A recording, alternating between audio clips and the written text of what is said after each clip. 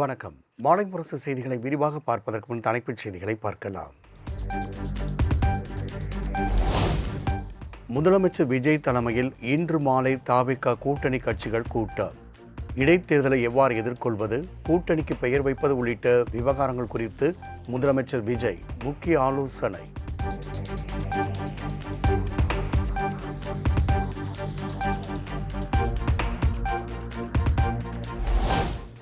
சென்னையில் Marxist communist கட்சி மாநில செயலாளர் பே. சண்முகம், இந்திய கம்யூனிஸ்ட் கட்சியின் செயலாளர் வீரபாண்டியனுடன் அமைச்சர்கள் ஆனந்த், ஆதவ் அர்ஜுனா சந்திப்பு. காங்கிரஸ் மாநில தலைவர் மாணிக்கம் தாகூரையும் சந்தித்து தவிக தோழமை கட்சிகள் கூட்டத்தில் பங்கேற்க அழைப்பு.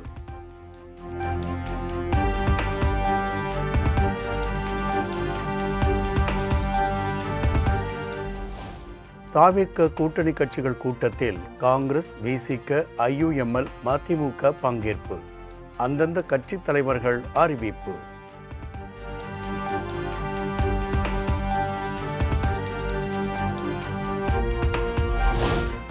தவிக கூட்டணி கட்சிகள் கூட்டத்தில் இந்திய கம்யூனிஸ்ட் மற்றும் மார்க்சிஸ்ட் கம்யூனிஸ்ட் கட்சிகள் பங்கேற்கவில்லை என தகவல். இன்று காலை சென்னை தலைமைச் செயலகத்தில் முதலமைச்சர் விஜயை சந்திக்க திட்டம்.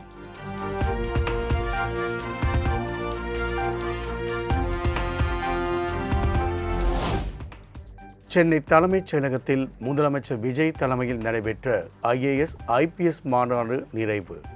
சிறப்பாக செயலாற்றிய மாவட்ட ஆட்சியர்களுக்கும் காவல்துறை அதிகாரிகளுக்கும் விருது மற்றும் சான்றிதழ் வழங்கி கௌரவிப்பு.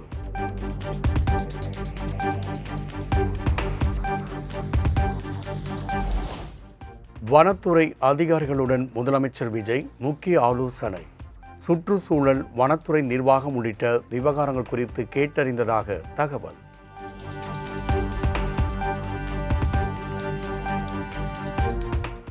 தமிழகத்தில் இன்று முதல் அமலுக்கு வருகிறது மகாத்மா காந்தி 100 நாள் வேலை திட்டத்திற்கு மாற்றான VBG ராம்ஜி திட்டம்.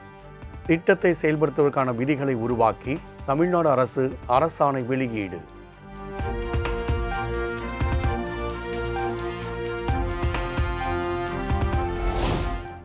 தீயணைப்பு மற்றும் மீட்பு பிரிவு DGPயாக G. வெங்கட்ராமனை நியமித்து உள்துறை செயலாளர் உத்தரவு. தீயணைப்புத்துறை DGPயாக இருந்த சீமா அகர்வால் ஓய்வு பெற்றதை அடுத்து வெங்கட்ராமன் நியமனம்.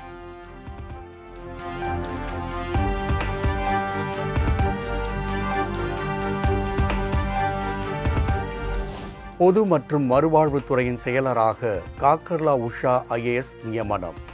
தமிழ்நாடு அரசு உத்தரவு.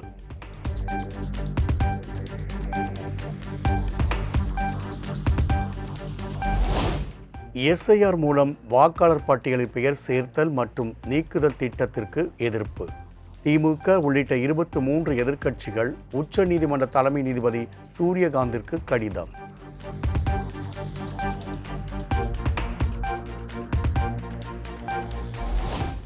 செங்கல்பட்டில் பத்திரிகையாளருக்கும் வைகோவுக்கும் இடையே கடும் வாக்குவாதம். மதிமுக நிர்வாகிகள் செய்தியாளர்களை தாக்க முயன்றதால் பரபரப்பு.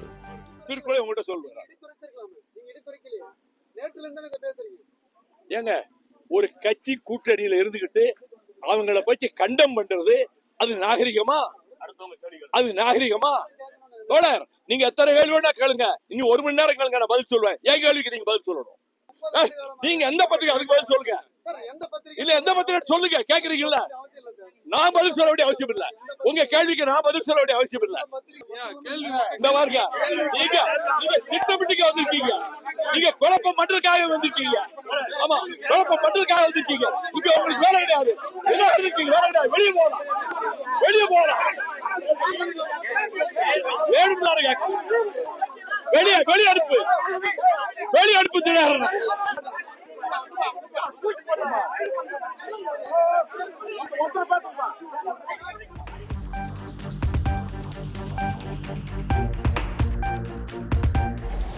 திருப்போரூரில் செய்தியாளரிடம் கேள்வி எழுப்பி வாக்குவாதத்தில் ஈடுபட்ட விவகாரம்.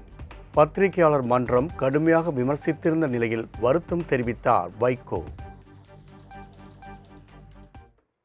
இன்றைக்கு இவ்வளவு கோவப்பட்டு கண்டனம் தெரிவிக்க உரிமை அவங்களுக்கு உண்டு. நான் அதுக்காக வருத்தப்படுறேன். அந்த தோழர் திட்டமிட்டு கேட்டார். அதில் ஏற்கனவே 5 நாளைக்கு முன்னாடி வந்த செய்தினால் மனம் முன்பட்டு இருந்ததுனால அவரை பார்த்து கேட்டேன், நீங்கள் அந்த பத்திரிகை தானா அப்படின்னு கேட்டேன். கேட்டிருக்க கூடாது.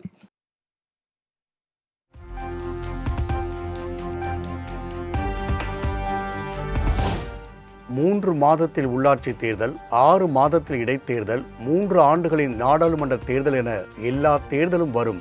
ஆனால் வெல்லப்போவது யார்? எப்போது வேண்டுமானாலும் தேர்தல் வரலாம் என கணித்த திமுக தலைவர் மு க ஸ்டாலினுக்கு மாணிக்கம் தாகூர் மறைமுக பதிலடி. 3 மாசத்துல தேர்தல், உள்ளாட்சி தேர்தல் வரும், 6 மாசத்துல இடைத்தேர்தல் வரும், 3 வருஷம் கழிச்சு பாராளுமன்ற தேர்தல் வரும். ஜெயிக்க போறது யாருக்குன்னு இதான கேள்வி.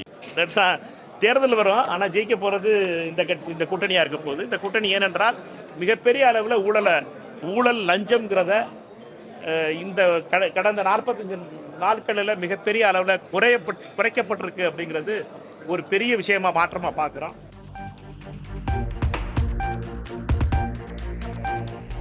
சட்டமன்ற உறுப்பினர்கள் அடுத்தடுத்து ராஜினாமா செய்வதற்கு அதிமுக திமுக இணைந்து ஆட்சி அமைக்க முயற்சிப்பதுதான். பாஜக ஆதரவுடன் ஆட்சி அமைக்க முயற்சிகள் மேற்கொள்ளப்பட்டு வருவதாகவும் அமைச்சர் நிர்மல்குமார் குற்றச்சாட்டு. குடும்பங்களை காப்பாற்றிக் கொள்வதற்காக 2 பேரும் சேர்ந்து ஆட்சி அமைக்க பாரதிய ஜனதா கட்சியோட முழு ஆதரவுடன் ஆட்சி அமைக்க முயற்சி செய்தார்களோ, அதனால தான் அவங்க கூட்டணி கட்சியிலேருந்து அவ்வளோ பேர் இன்னைக்கு வெளியே வந்ததுக்கான முக்கிய காரணம். இவ்வளோ பேர் ராஜினாமா செய்கிறதுக்கும் காரணம் தான். ஏன்னா எப்படி புரட்சித் தலைவர் அம்மா அவர்களும் புரட்சித் தலைவர் அவர்களும் தீய சக்தின்னு திமுக சொன்னாங்களோ, அதே தீய சக்தியோடு இன்னைக்கு கூட்டணி சேர இவங்க 2 பேரும் இவங்கெல்லாம் தயாராக இருக்காங்கன்றப்போ எப்படி அங்கே இருக்கிற எம்எல்ஏக்கள், அங்கே இருக்கிற மூத்த நிர்வாகிகள் தயாராக இருப்பாங்க.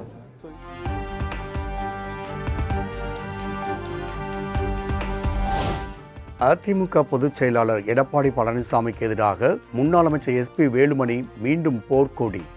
தன்னுடன் வந்த அனைவருக்கும் உடனடியாக மாவட்ட செயலாளர் பதவி வழங்க வேண்டும் என நிபந்தனை.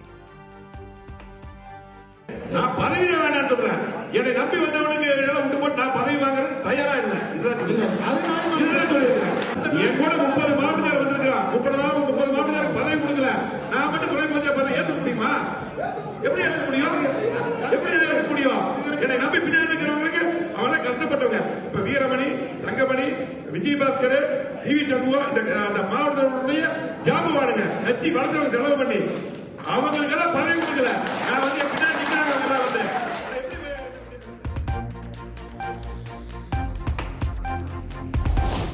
அதிமுகவில் இருந்து கண்ணீருடன் விலகுவதாக முன்னாள் அமைச்சர் MR விஜயபாஸ்கர் அதிகாரப்பூர்வ அறிவிப்பு. எடப்பாடி பழனிசாமியின் சந்தர்ப்பவாத அரசியலுக்கு நான் பலியாக தயாராக இல்லை என அறிக்கை.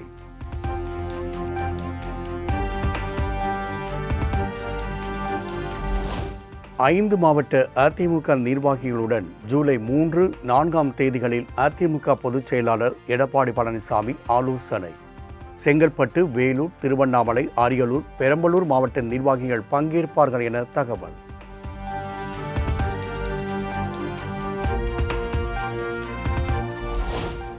தங்கம் தென்னரசு உட்பட 10 பேர் கொண்ட திமுக மறுசீரமைப்பு ஆலோசனை குழுவை அமைத்து திமுக தலைவர் மு க ஸ்டாலின் உத்தரவு.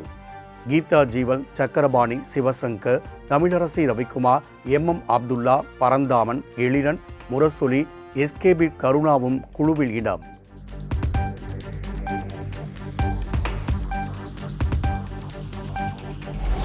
தமிழ்நாடு பொறுப்பு ஆளுநர் RV அர்லேக்கர் இன்று காலை டெல்லி பயணம்.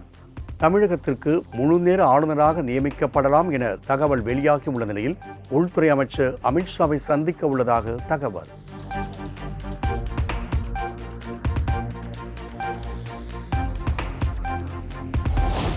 இன்று முதல் ஆதார் செயலி மூலம் அடுத்த 6 மாதங்களுக்கு இலவசமாக மின்னஞ்சல் முகவரியை அப்டேட் செய்து கொள்ளலாம் என UIDAI அறிவிப்பு. இதற்கு முன்பு சேவை கட்டணமாக ₹75 வசூலிக்கப்பட்ட நிலையில் சலுகை.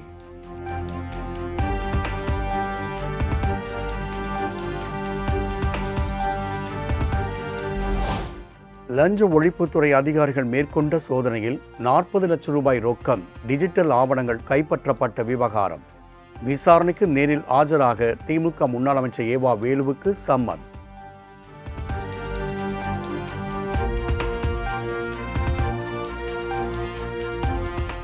100 கோடி ரூபாய் இழப்பீடு கேட்டு அண்ணாமலைக்கு எதிராக தொடர்ந்த வழக்கினை வாபஸ் பெற்றார் திமுக MP TR Balu. DMK files என்ற பெயரில் தனக்கு எதிராக அவதூறு பரப்பியதாக கூறி சென்னை சைதாப்பேட்டை நீதிமன்றத்தில் தொடர்ந்த வழக்கு வாபஸ்.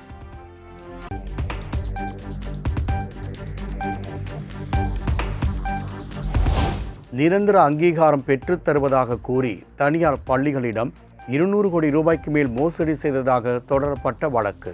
திமுக பிரமுகர் அரசகுமார் ஏற்கனவே கைது செய்யப்பட்டுள்ள நிலையில் 50க்கும் மேற்பட்ட பள்ளி நிர்வாகிகளிடம் மத்திய குற்றப்பிரிவு போலீசார் வாக்குமூலம்.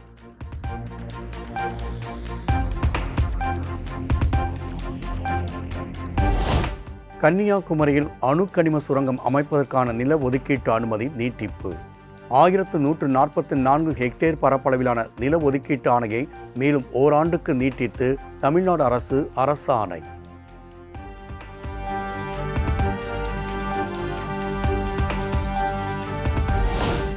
புதிய விதியை அமல்படுத்தும் வரை சென்னை கால்பந்து சங்கத்திற்கான தேர்தலை நிறுத்தி வைக்க வேண்டும். செயல்பாட்டில் உள்ள 54 கிளப்புகளை விலக்கிவிட்டு தேர்தல் நடத்த கோரி தொடரப்பட்ட வழக்கில் சென்னை உயர்நீதிமன்றம் உத்தரவு.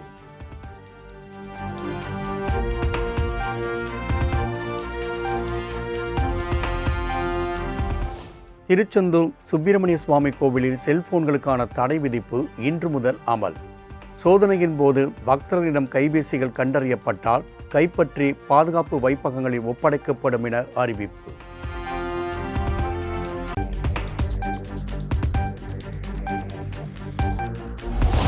பருவமழையின் முதல் காற்றழுத்த தாழ்வு பகுதி வரும் 3ஆம் தேதி வாக்கில் வடமேற்கு வங்கக்கடலில் உருவாக வாய்ப்பு. காற்றழுத்த தாழ்வு பகுதி காரணமாக இந்த வாரத்தில் மகாராஷ்டிரா, கோவா, கர்நாடகா மாநிலங்களில் பருவமழை தீவிரமடையக்கூடும் என வானிலை ஆய்வு மையம் கணிப்பு.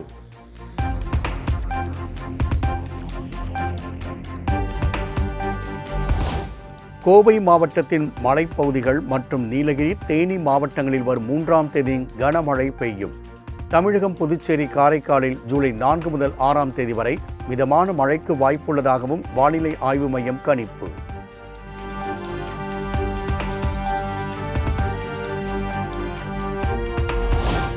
தமிழகத்தில் மதுரை, திருச்சி, கடலூர் உள்ளிட்ட 10 இடங்களில் சதமடித்த வெயில். அதிகபட்சமாக மதுரை விமான நிலையம் பகுதியில் 102.2 டிகிரி ஃபாரன்ஹீட் வெப்பம் பதிவு.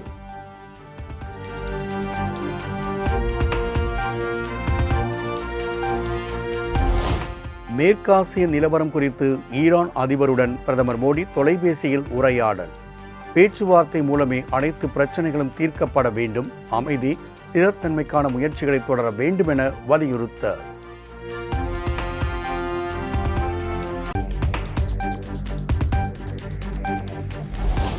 மத்திய அமைச்சக செயலாளர்களுடன் பிரதமர் நரேந்திர மோடி உயர்மட்ட ஆலோசனை. கூட்டத்தில் வர்த்தகம், விக்சித் பாரத், தொலைநோக்கு திட்டம் மற்றும் துறை சார்ந்த சீர்திருத்த நடவடிக்கைகள் குறித்து ஆய்வு.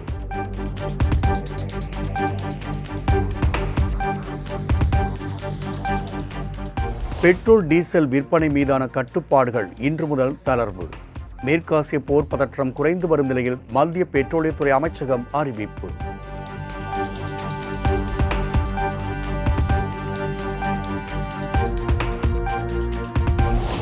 இராணுவ தளவாட பொருள்கள் ஏற்றுமதி மதிப்பு 39,000 கோடி ரூபாயாக அதிகரித்துள்ளதாக பாதுகாப்புத்துறை அமைச்சர் ராஜ்நாத் சிங் பெருமிதம். வலிமையான பொருளாதாரம், தொழில்நுட்பம் மற்றும் தேச பாதுகாப்பே சிறந்த நாட்டிற்கான அடித்தளம் என்றும் கருத்து.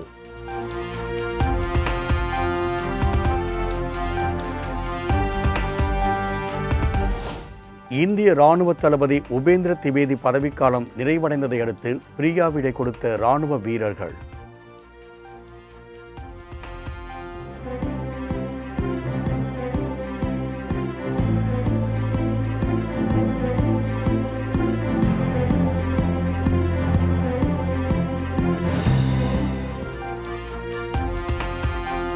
புதிய இராணுவ தளபதியாக ஜெனரல் தீரஜ் சேத் பொறுப்பேற்பு. எல்லைகளில் உள்ள சவால்களை எதிர்கொள்ள தயார் என பேட்டி.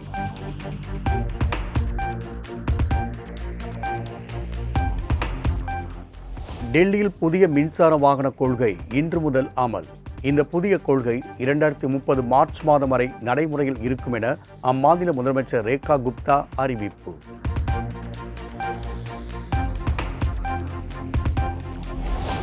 அமெரிக்காவில் நினைவுச் சின்னங்களை சேதப்படுத்தினால் 10 ஆண்டுகள் சிறை என அதிபர் ட்ரம்ப் அறிவிப்பு.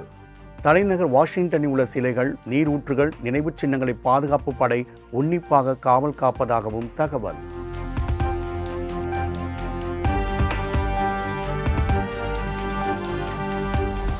அமெரிக்காவில் தங்கி பணிபுரியும் வெளிநாட்டினருக்கு பிறக்கும் குழந்தைகளுக்கு குடியுரிமை கிடையாது என்ற அதிபர் ட்ரம்பின் உத்தரவு ரத்து. அமெரிக்க மண்ணில் பிறக்கும் குழந்தைகளுக்கு தானாக குடியுரிமை கிடைக்கும் சட்டத்தை உறுதி செய்தது அந்நாட்டு உச்ச நீதிமன்றம்.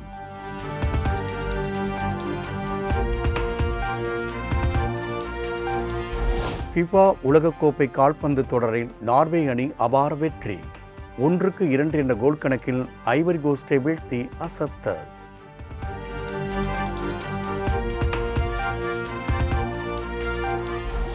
ஜப்பானில் நடைபெறவுள்ள ஆசிய விளையாட்டுப் போட்டிகளில் பங்கு பெறும் இந்திய மகளிர் கிரிக்கெட் அணி ஹர்மன்பிரீத் தலைமையிலான வீரர்களை அறிவித்தது இந்திய கிரிக்கெட் கட்டுப்பாட்டு வாரியம்.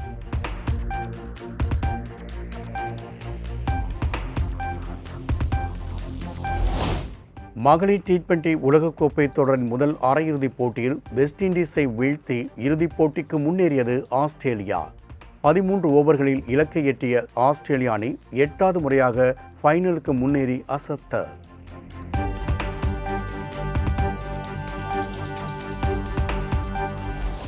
நடிகர் விக்ரம் நடிப்பில் உருவாகியுள்ள துருவ நட்சத்திரம் படத்தை வெளியிட ஜூலை 31ஆம் தேதி வரை அவகாசம். படத்தை வெளியிடுவதற்கான அவகாசத்தை நீட்டிக்க கோரி இயக்குனர் தொடர்ந்த வழக்கில் சென்னை உயர்நீதிமன்றம் உத்தரவு.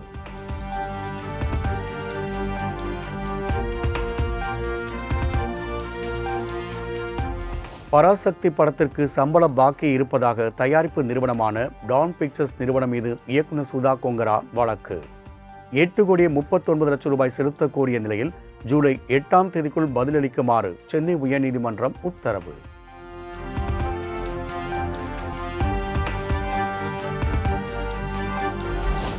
நடிகர்களைப் போல் நீண்ட நாள்கள் சினிமாவில் இருக்க வேண்டுமென்றால் நடிகைகளுக்கு அழகையும் திறமையும் தாண்டி ஆரோக்கியம் மிக மிக முக்கியம்.